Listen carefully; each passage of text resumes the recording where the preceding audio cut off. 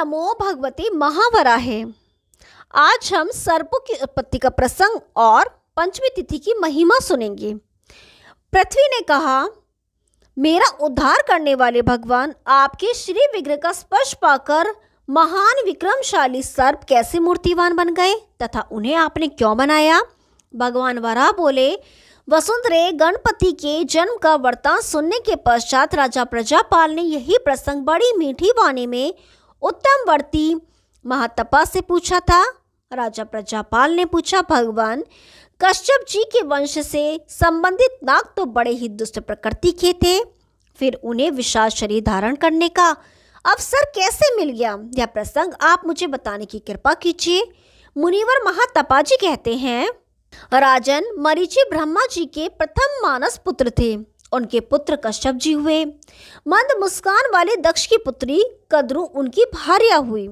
उससे कश्यप जी के अनंत, वासुकी, महाबली, कंबल, करकोटक, पद्म, महापद्म, शंख, कुलीक तथा पापराजिल आदि नामों से विख्यात अनेक पुत्र हुए। राजेंद्र, ये प्रधान सर्प कश्यप जी के पुत्र हैं। बाद में इन सर्पों की संतानों से यह सारा संसार ही भर गया। वे बड़े कुटिल और नीच कर्म में रत थे। उनके मुंह में अत्यंत तीखा विष भरा था। वे मनुष्य को अपनी दृष्टि मात्र से या काटकर भी भस्म कर सकते थे। राजन, उनका दंश शब्द की ही तरह तीव्रगामी था। उससे भी मनुष्य की मृत्यु हो जाती। इस प्रकार प्रजा का प्रतिदिन दारुण संहार होने लगा। जो अपना भीषण संहार देखकर प्रजा वर्ग एकत्र होकर सबको शरण देने में समर्थ परम प्रभु भगवान ब्रह्मा जी की शरण में गए। राजन, इसी उद्देश्य को सामने रखकर प्रजाओं ने कमल पर प्रकट होने वाले ब्रह्मा जी से कहा, भगवान, आप में असीम शक्ति है। इन तीखे दांतों वाले सर्पों से आप हमारी रक्षा करें। इनकी दृष्टि पड़ते ही मनुष्य तथा पशु समूह भस्म हो जाते हैं। ये प्रतिदिन की बात हो गई है। भगवान, इस सर्पों द्वारा आपकी सृष्टि का संहार हो रहा है। महामते, आप इसकी जानकारी प्राप्त कर ऐसा प्रयत्न करें कि यह दुखद परिस्थिति शीघ्र दूर हो जाए। ब्रह्मा जी बोले, प्रजापालो, तुम भय से घबरा गए हो। मैं तुम्हारी रक्षा अवश्य करूंगा, पर अब तुम सभी अपने अपने स्थान पर चलो। अव्यक्त मूर्ति ब्रह्मा जी के इस प्रकार कहने पर वे प्रजाएं वापस आ गईं। उस समय ब्रह्मा जी के मन में असीम क्रोध उत्पन्न हो गया। उन्होंने वासुकी, प्रभृति प्रमुख सर्पों को बुलाया और उन्हें शाप दे दिया। ब्रह्मा जी ने कहा, नागो, तुम मेरे द्वारा उत्पन्न किए हुए मनुष्य की मृत्यु का कारण बन गए हो। अतः आगे स्वयंभू मनवंतर में तुम्हारा अपना ही माता के शाप द्वारा घोर संहार होगा, इसमें कोई संदेह नहीं है।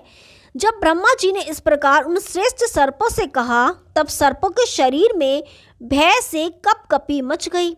वे उन प्रभु के पैरों में गिर पड़े और ये वचन कहे। नाग बोले, भगवान, आप ही तो कुटिल जाति में हमारा जन्म दिया है। विष उगलना, दुष्टता करना, किसी वस्तु को देखकर उसे नष्ट कर देना, यह हमारा अमिट स्वभाव आपके ही द्वारा निर्मित है। अब आप ही उसे शांत करने की कृपा करें। ब्रह्मा जी ने कहा, मैं मानता हूँ तुम्हें मैंने उत्पन्न किया है और तुम में कुटिलता भी मैंने भर दी है, पर इसका अभिप्राय यह नहीं है कि तुम निर्दय होकर नित्य मनुष्य को खाया करो। सर्पों ने कहा, भगवान, आप हमें अलग अलग रहने के लिए कोई सुनिश्चित स्थान की व्यवस्था कर दीजिए और हमारे द्वारा डसे जाने की स्थिति एवं नियम भी बता दें। राजन, नागों की यह बात सुनकर ब्रह्मा जी ने कहा, सर्पों, तुम लोग मनुष्यों के साथ भी रह सको, इसके लिए मैं स्थान का निर्णय कर देता हूँ। तुम सब लोग मन को एकाग्र कर मेरी आज्ञा सुनो। सुतल, वितल और पाताल, ये 3 लोग कहे गए हैं। तुम्हें रहने की इच्छा हो तो वही निवास करो। वहाँ मेरी आज्ञा तथा व्यवस्था से अनेक प्रकार के भोग तुम्हें भोगने के लिए प्राप्त होंगे।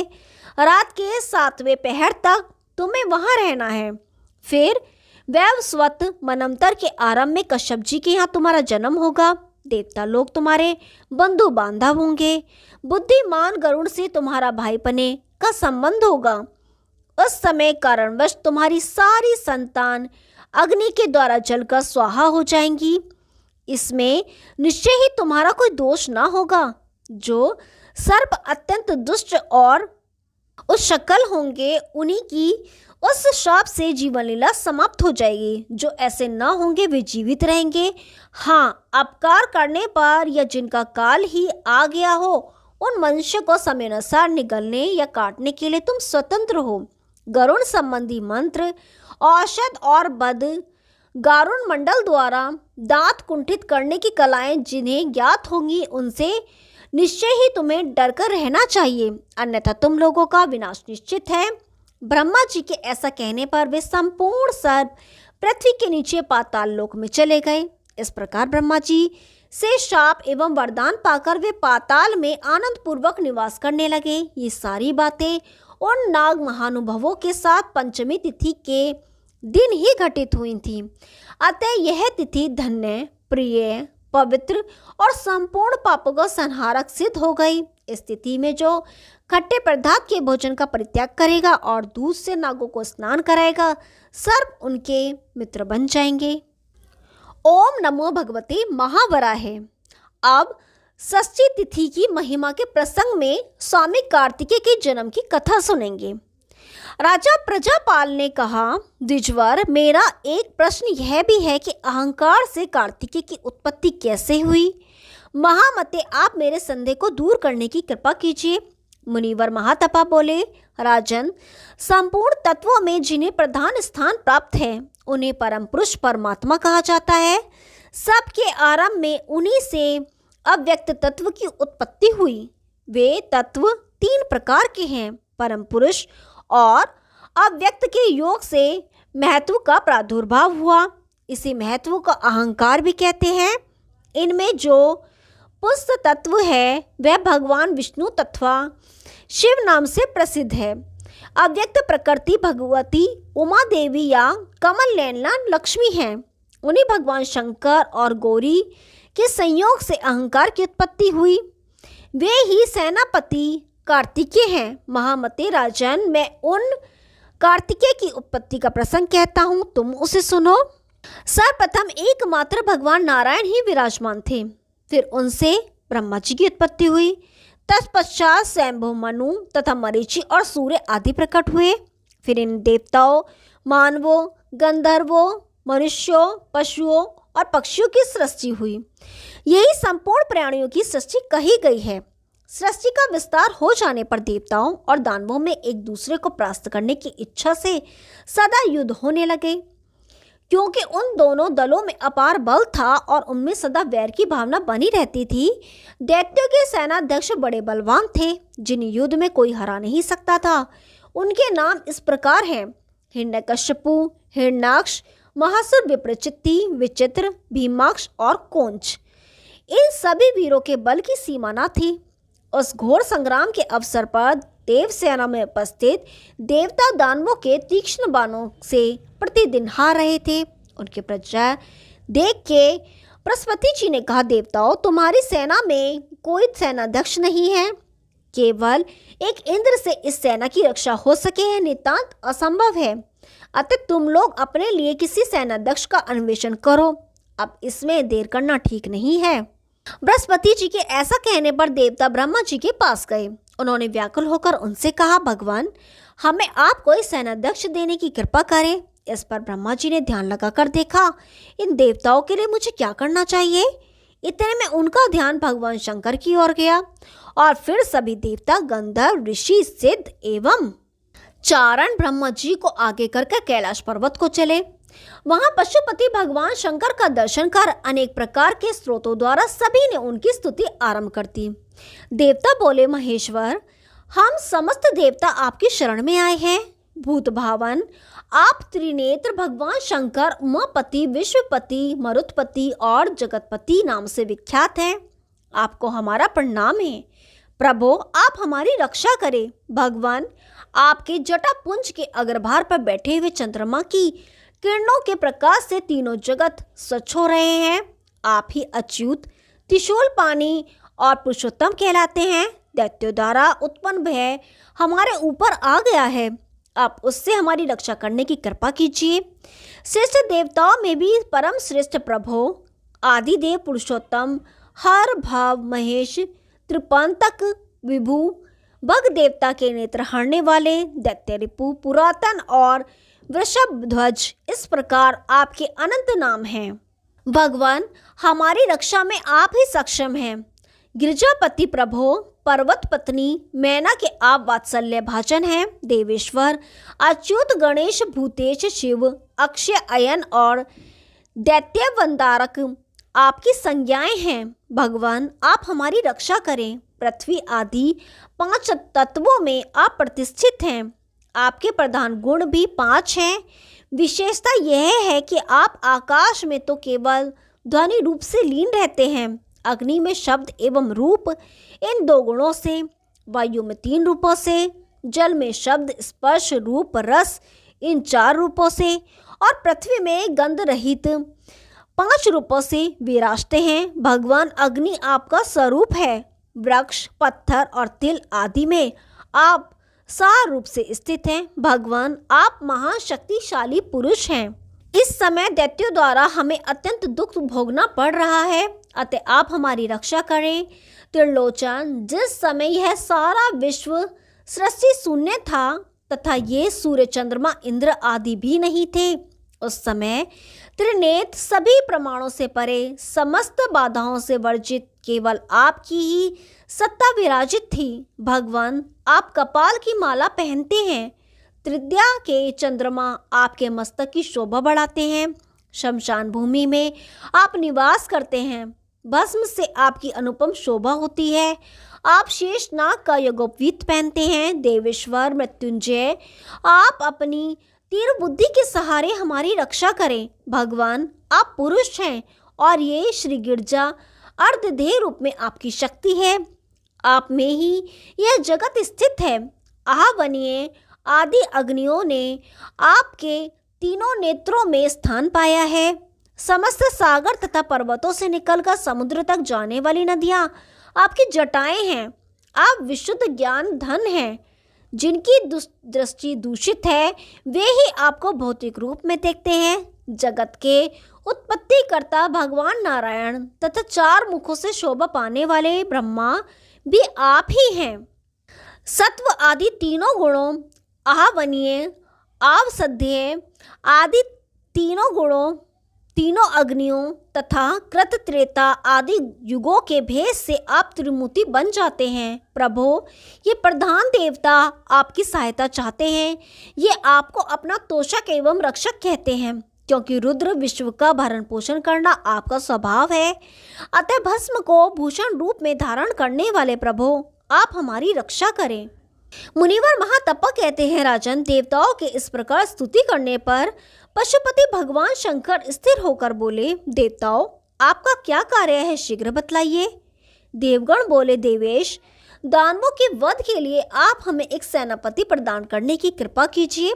ब्रह्मा जी की अध्यक्षता में रहने वाले हम सभी देवताओं का इस समय इसी में कल्याण है। भगवान रुद्र ने कहा, देवगण, आप लोग स्वस्थ एवं निश्चिंत हो जाइए। अभी थोड़ी देर में मैं आप लोगों को सेनापति देता हूँ। राजन, यूँ कहकर भगवान रुद्र ने देवताओं को जाने की आज्ञा दे दी और पुत्रोत्पत्ति के निमित्त अपने विग्रह में रहने वाली शक्ति को प्रेरित किया। उनके द्वारा शक्ति के शुद्ध होते ही एक कुमार प्रकट हो गया। उसकी इस प्रभा ऐसी थी मानो तपता हुआ सूर्य ही हो। वह अपनी जन्मजात शक्ति को इस प्रकार प्रकाशित कर रहा था मानो वह शक्ति ज्ञान में बनकर एकमात्र उसी के पास पुंजभूत हो गई है।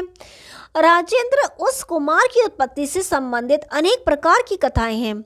बहुत से मनंत्रों तथा कल्पों में देवताओं के सेनापति होने के विविध प्रसंग हैं। भगवान शंकर के शरीर में अहंकार रूप से जिन देवताओं की प्रसिद्धि थी, वे सभी देवता प्रयोजनवश देव सेनापति बनकर शोभा पाने लगे। उस कुमार के उत्पन्न हो जाने पर स्वयं ब्रह्मा जी देवताओं के साथ आए और उन देवाधिदेव भगवान शंकर की पूजा की। समस्त देवताओं, ऋषियों, सिद्धों और भगवान शंकर ने उस सेनापति होने वाले बालक को पाल पोसकर बड़ा किया।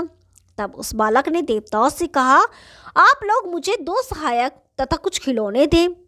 उस समय भगवान रुद्र ने उस बालक की बात सुनकर यह वचन कहा, पुत्र, तुम्हें खेलने के लिए कुक्कुट तथा सेवा सहयोग के लिए शाक और विशाख नाम वाले 2 अनुचर देता हूँ। कुमार, तुम भूत, ग्रह एवं विनायकों के नेता बनो और देवताओं की सेना के सेनापति हो जाओ। राजन, भगवान शंकर के ऐसा कहने पर सभी देवगण प्रसन्न हो अभिलषित वाक्यों का उच्चारण करके सेनाध्यक्ष भगवान स्कंद की स्तुति करने लगे। देवगण बोले, प्रभु, आप भगवान शंकर के सुपुत्र हैं। आप हमारी सेना की अध्यक्षता स्वीकार करने की कृपा करें।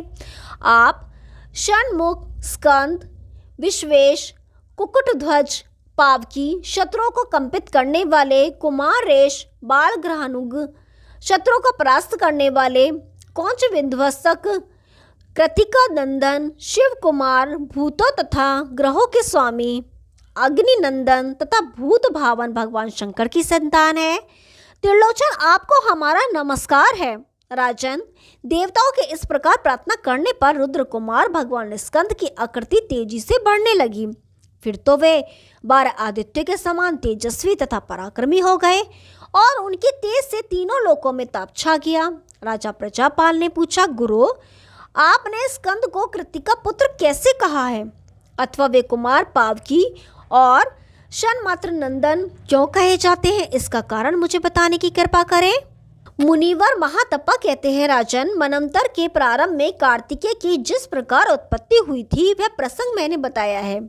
देवता लोग तो भूत और भविष्य की बातें भी जानते हैं, अतः उनके द्वारा इन गुणधोदक नामों का उच्चारण हुआ है। अग्नि के पुत्र होने से इनका नाम पावकी हुआ है। यद्यपि इनकी माता गौरी हैं, किंतु जन्म में कृतिकादि 6 माताओं ने इन्हें दुग्धपान कराकर पाला था, अतः ये कार्तिकेय कहलाए।